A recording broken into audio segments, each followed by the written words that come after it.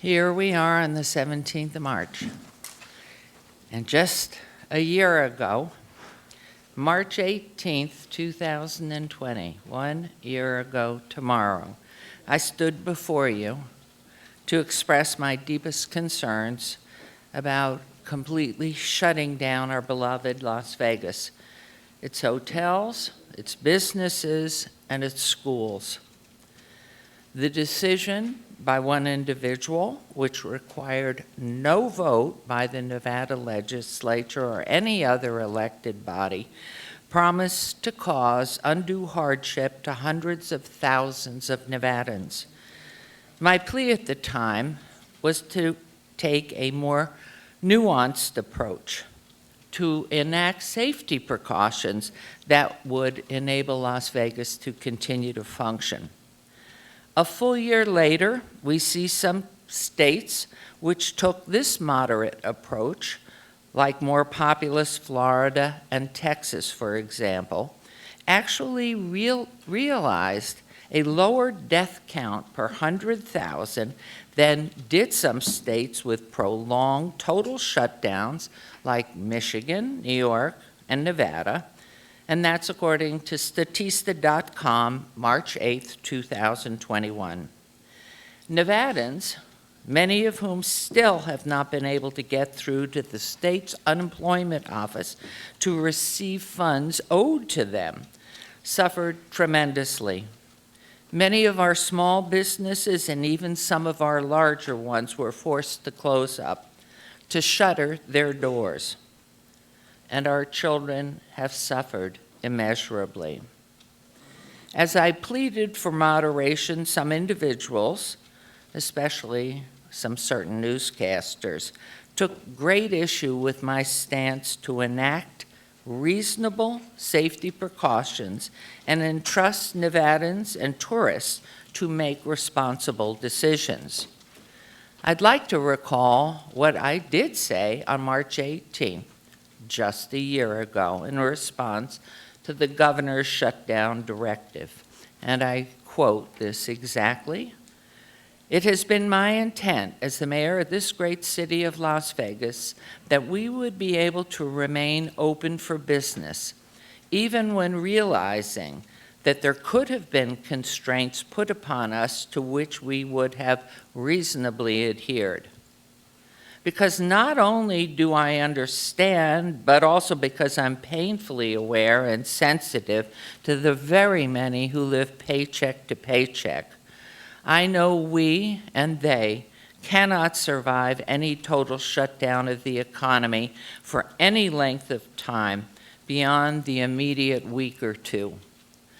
So many working in the hospitality industry, more likely in big hotels, but also those mom and pop small privately owned businesses. These are most definitely at the greatest risk. They cannot survive any lengthy shutdown, and thus my full-out efforts will be focused on keeping as many of our people as possible employed and asking our governor to shorten the projected shutdown." End quote. That was a year ago.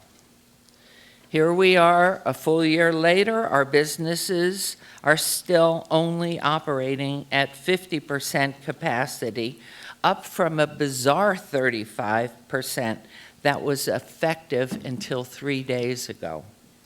Some have not yet been permitted to open at all. Our children are now only returning part-time to public school in a hybrid model, and then only kindergarten through 5th in person full-time on April 6th. Tens of thousands of students have missed out on graduation, proms, extracurriculars, sports, scholarship, not to mention a year's worth of invaluable in-person instruction. In March 2020, when the governor announced in a quote, and this is a quote, a courtesy call, that he was shutting the schools down, I pleaded with him to implement safety measures and mandatory temperature checks instead for all entering the buildings. I was harshly told he was not seeking any input.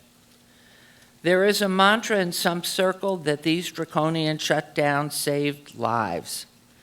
And while any one death is beyond heartbreaking, the data shows no consistent correlation in death rates between states with prolonged complete shutdowns like Nevada and those that adopted more moderate safety precautions. In fact, the 4 states with the highest death rates were the states that adopted stringent shutdown policies. One must also ask if masks and social distancing are sufficient now to slowing the spread of this virus, would that not have been sufficient a full year ago? What is the rationale for continuing even at 50% capacity with other precautions like mask mandates in place in addition to increasing vaccinations? America is the land of the free, but Americans in some states, not all, have been forced to subjugate their freedoms to the will of a single individual, seemingly in perpetuity. There is no apparent sunset on emergency powers bestowed to some governors, which smacks of tyranny. I am now calling for a return to personal responsibility and personal liberty.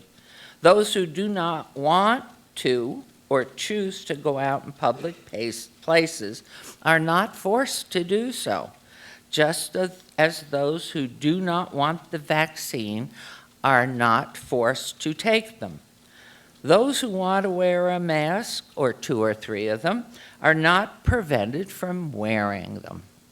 Masks, distancing, frequent hand washing, and sanitation are reasonable measures that health officials assure us truly make a difference.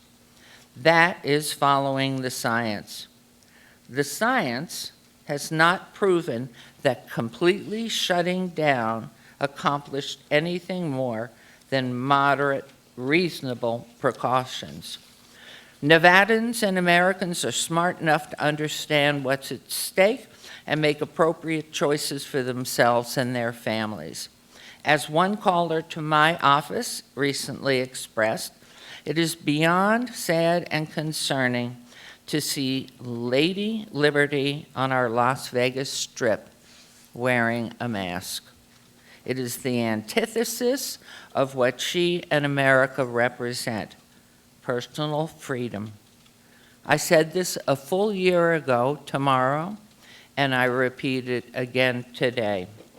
The city of Las Vegas will seek ways for people and businesses to advocate for their own lives, make their own choices, create and follow their own destinies, and live being assured they have the right to do so in dignity, earning a livelihood, providing for their families, and even helping others to enjoy those same rights and dignities. Upon these American founding principles, we will continue to stand. Thank you, my dear council persons, for this moment.